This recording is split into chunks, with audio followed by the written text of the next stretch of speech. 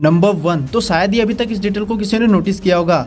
जब मूवी की स्टार्टिंग होती है तो हमें title credits golden and white colour में देखने को मिलते हैं, जो कि इंडिकेट कर रहे थे पार्थी की सिंपल लाइफ यानी स्वीट एंड काम नेचर को। पर वहीं जब इंटरवल वाले ब्लॉक में पार्थी धीरे धीरे लियो में ट्रांसफॉर्म होने लगता है तो वो जो गोल्डन इस कोइन था वो ब्लड इस रेड हो जाता है, जो कि फोर शेडो कर रहा था कि अब जो पार्थी स्वीट सा बंदा है वो अब बेडेस्ट लियो बनने वाला है। एंड इतना ही नहीं, जब एंडिंग में एंड क्रेडिट आते हैं तो वो जो स्टार्टिंग में गोल्डन एंड व्हाइट कलर के क्रेडिट्स थे वो बदल कर लास्ट में व्हाइट एंड रेड हो जाते हैं, जो कि शो कर रहे थे पार्थी के दो लाइफ को। पहला दुश्मनों के सामने लियो एंड सत्या के सामने स्वीट एंड काम Parthiban. And that is amazing detail from the mastermind Lokesh sir.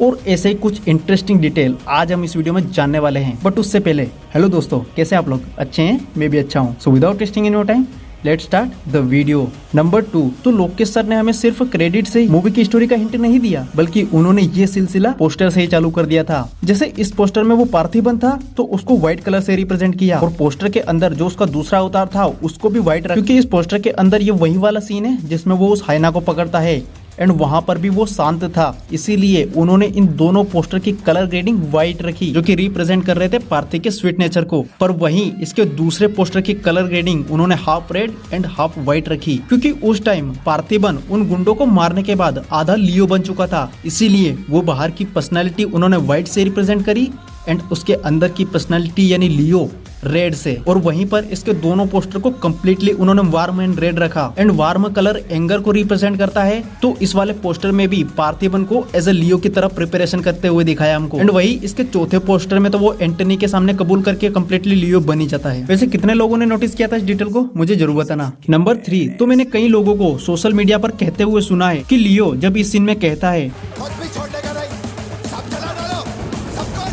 तो वो लोहे की फैक्ट्री को कैसे जला सकता है, तो मैं उन भाई लोगों से बस एक ही चीज कहना चाहूंगा कि अगर आप किसी भी सीन को देख रहे हो तो उसको जरा ध्यान से देख लिया करो। उन्होंने उसी जगह पर आग को फेंका जिस जगह पर जलने जैसी चीज रखी थी। जैसे यहाँ पर ये थैले लटक रहे थे इसलिए उन्होंने यहाँ पर आग फेंकी, एंड यहाँ पर तो उसने डायरेक्टली माल को ही जलाया। So I hope you guys understand. Number 4 तो इस वाले सीन में जब लियो इन लोगों की रस्सी खोल रहा था तो आप अगर ध्यान से इसको देखोगे तो वो जस्ट ऐसे रस्सी खोलने की एक्टिंग कर रहा था। वहाँ पर रस्सियां पहले से ही खुली हुई थी, एंड ऐसा डायरेक्टर ने इसलिए किया क्योंकि ये scene continue 1 minute single take में शूट हुआ है। एंड ऐसे जो सीन होते हैं ना उनमें बहुत ही प्लानिंग एंड प्रिपरेशन करनी पड़ती है, और अगर सभी चीजें शूट करते टाइम प्लानिंग से एग्जीक्यूट नहीं हो पाती तो उनको अगेन एंड अगेन शूट करना पड़ता है। और अगर आप इतने ऊपर प्रैक्टिकली इतने सारे लोगों की रस्सी खोलने जाओगे ना तो वहीं पर आपको 2-3 मिनट लग जाएंगे। एंड क्योंकि ये पूरा सीन ही 1 मिनट में शूट हुआ है इसलिए उन्होंने वहाँ पर रस्सियां पहले से ही खुली हुई छोड़ी ताकि वो सीन उनकी प्लानिंग के हिसाब से एग्जीक्यूट हो पाए। नंबर 5 तो इस वाले सीन में ये बंदा कहता है पक्का हो गया भाई, यही चाहिए। तो आप इसके मोबाइल पर देखोगे तो वो इसी आदमी की फोटो होती है जिसको देखकर ये कंफर्म करता है। एनीवे डिटेल ये नहीं है, डिटेल ये है कि जोशी जब पार्थिबन से कहता है पिछले हफ्ते जब कलेक्टर साहब की मौत हुई थी तो एक्चुअली इन लोगों ने जिनको मारा था वो कलेक्टर ही था। एंड ये हमको यहाँ पर कंफर्म होता है। जिसने हमें कलेक्टर की सुपारी दी थी वही गद्दार निकला।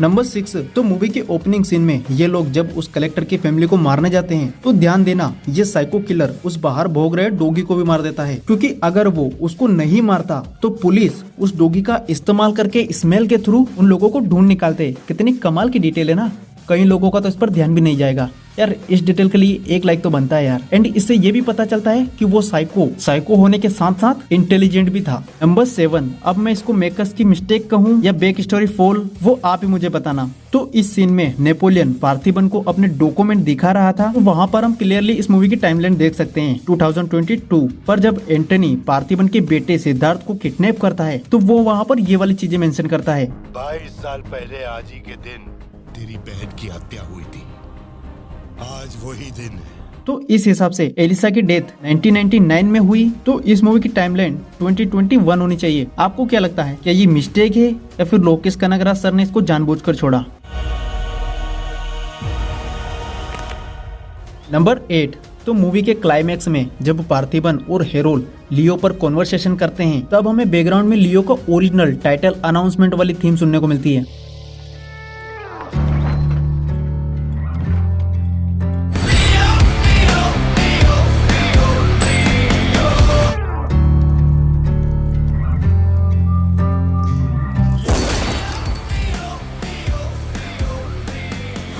जो कि पहले ही हमको इंडिकेट कर रही थी कि पार्थी अब उसके ओरिजिनल फॉर्म यानी लियो में ट्रांसफॉर्म होने वाला है, क्योंकि इससे पहले ना तो खुद पार्थिबन ने ये एक्सेप्ट किया था कि वो ही लियो है और ना ही ये वाली थीम पूरी मूवी में कहीं बजती है। सच बताओ नहीं किया था ना नोटिस। एंड इतना ही नहीं, जब लियो हेरोल्ड को मारने के बाद उसके पास्ट को भुलाने की बात करता है तो फिर से पार्थिबन की थीम ऑर्डिनरी पर्सन बनने लगती है। अपने अतीत के बारे में बात करें तो कोई अच्छी बात तो निकलती है। अपना ऐसा कोई सीन नहीं है, जो कि फोरशैडो कर रही थी कि अब लियो पार्थिबन बन के ही रहने वाला है। एंड मूवी का एंड भी पार्थिबन से ही होता है, ना कि लियो से। सो इसका मतलब ये मूवी लियो की थी ही नहीं, ये मूवी तो पार्थिबन की थी। इसीलिए शायद हमको उसकी बैक स्टोरी फेक दिखाई। वेल, इसकी बैक स्टोरी के बारे में भी आगे बात करेंगे। अभी बात कर लेते हैं नंबर 9 की। तो इस सीन में थलापति विजय एक एक्शन करते हैं। एंड ये वाला जो स्टाइल है ना, ये उनका सिग्नेचर स्टाइल है। वो हमको हर मूवी में किसी ना किसी तरीके से ये परफॉर्म करते हुए देखे जाते हैं, आप खुद ही देख लो।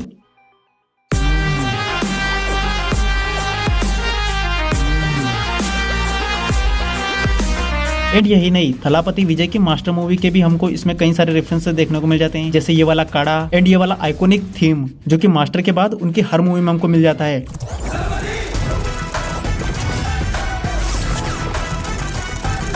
नंबर 10, तो यहाँ पर इस सीन में पार्थिबन जोशी को हथौड़ा मारने के लिए कहता है, तो हम उसके बैग पे इन पंजों के निशान को नोटिस कर सकते हैं, क्योंकि उसको यहाँ पर मिले थे उस हाइना को पकड़ते टाइम। पर अब सवाल ये है कि इन पंजों के निशान को उन्होंने इस सीन में दिखाया, जिनको शायद कोई नोटिस भी नहीं करेगा, तो फिर वो एंटनी द्वारा दिए गए बुलेट मार्क को उन्होंने कैसे मिस कर दिया। तो यहाँ पर मेरी थ्योरी ये कहती है कि लियो की बैक स्टोरी तो सही हो सकती है, पर वो बुलेट लगने वाली बात झूठ हो सकती है, क्योंकि एंटनी ने पार्थिबन के सामने उसकी बहन का जिक्र किया, हनी गाजर तक का जिक्र किया, वो कौन सी स्मोक करता था वो सब बताया, एंड उसकी बहन किस डेट पर मरी, उसको किस वेपन से मारा वो तक भी बताया। पर उसने ये नहीं बोला कि तेरे को गोली मैंने ही मारी थी। अगर वो उसको गोली मारता तो वो भी बताता। और इसी चीज को डिसूजा ने एग्जैजरेट करके जोशी को सुनाया और उसको मैनिपुलेट करा, एंड उसके साथ साथ हम ऑडियंस को भी। एंड इसी के साथ हमारी 10 डिटेल यहाँ पर कंप्लीट होती है। एंड ऐसे और डिटेल मैंने इस मूवी में नोटिस किए हैं, तो हाँ, उन पर भी जरूर वीडियो आएगी। बाकी आपने कोई डिटेल नोटिस करी हो तो मुझे जरूर बताना। तो इसी के साथ हम इस वीडियो को यहीं एंड करेंगे। Bye bye, see you soon, take care.